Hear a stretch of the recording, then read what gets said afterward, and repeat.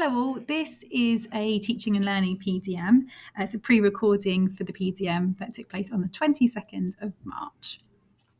So, with our teaching and learning triangles, we have already engaged in cycle 1, which is the kind of reddish colour. So we've agreed a focus, engaged in some research, and person 1 has popped that strategy into a lesson and the other members of the triangle have observed. November, January, so cycle 2, we've engaged in some new research strategies as a group, and then person 2's implemented it, and we've observed it, and then we've tried to measure impact of those strategies. This is the last cycle, so this is with person 3 in mind. Again, as a group, we're researching strategies, and person 3 is going to embed that into their lesson and then observe the lesson in the May so that we can see how helpful that research is and whether those strategies are really having good impacts upon our students. This all builds into, so in June, we'll have our last PDM in our teaching and learning triangles. And that's where, as a group, we will produce either kind of a slide, a poster, to use that to share the research we've engaged with and the strategies that have come from that research and the impacts it's had. So we will share those across college on the 12th of July. So we'll produce it in June, but we will share the results of our teaching and learning triangles in our Itchen College Festival of Education on the 12th of July. In that event as well, we'll also have feedback from members of staff who went to Wellington College. So we'll, again, be borrowing and sharing ideas from the practitioners at Wellington College and the leading educators that they saw. We will have some collaboration with Tyne Coast, who's been our partner college this year, really looking at lots of platforms, kind of Google educators, and again, we'll be sharing ideas.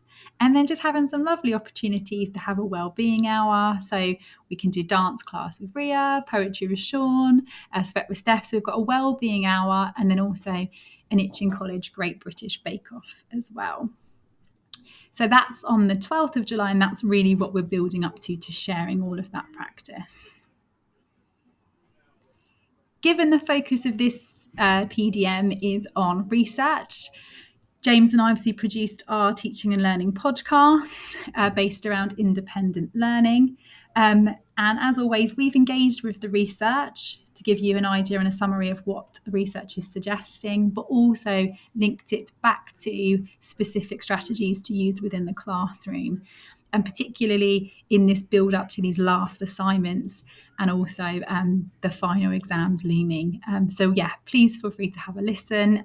So you can engage with that research without it adding to your workloads too much at all. Okay.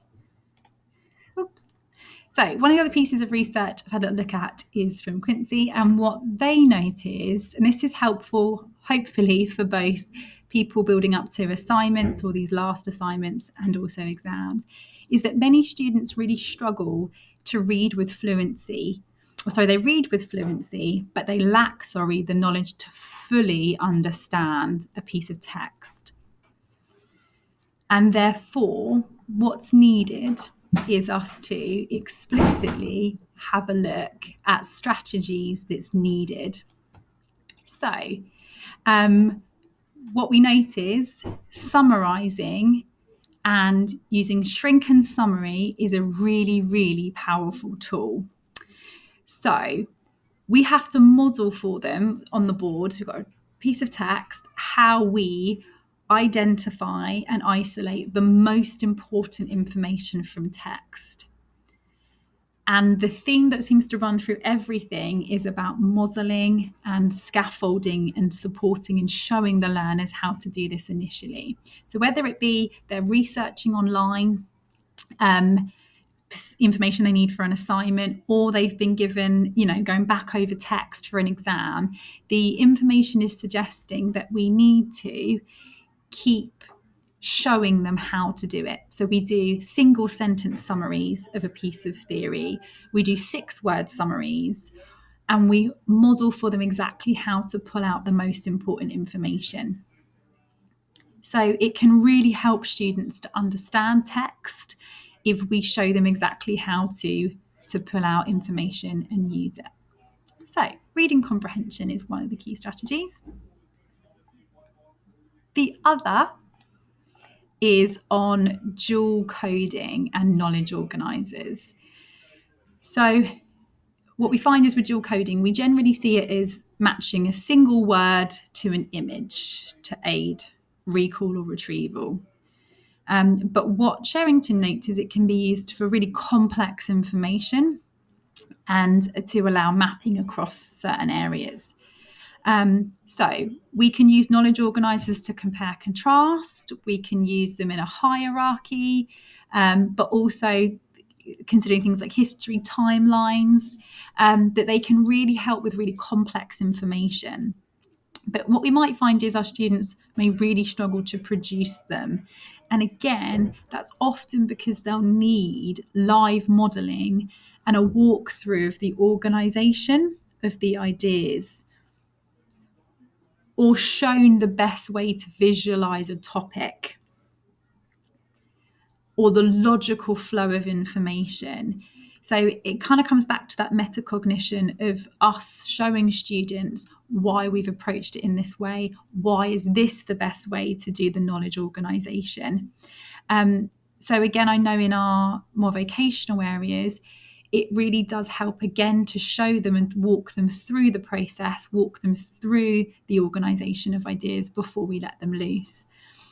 Linked to exams, it really, obviously, when we go back to the session where obviously external people came in to speak to the students, these knowledge organisers or mind maps help with revision, particularly if they have to retrieve it afterwards. So they use the knowledge organiser to present all of the information, but then they have to turn it over, test what they can remember from memory, brain dump it, talk it through, read, try and write it very quickly, and then they check what's missing, retest the bits that were missing, and then would apply it to something similar, like an exam question, and do the application. So again, it's about really structuring and supporting them to create those connections that perhaps they might need some support with. So that's our last little piece of research. Obviously, it's there to support and help. If you want to obviously engage in any other pieces, please feel free. Obviously, we've got all the books in the Teaching and Learning library. But if you have any questions at all, please let me know. Just lastly, so this is again building up for the last observation in the week of May to help you as well. Thank you very much.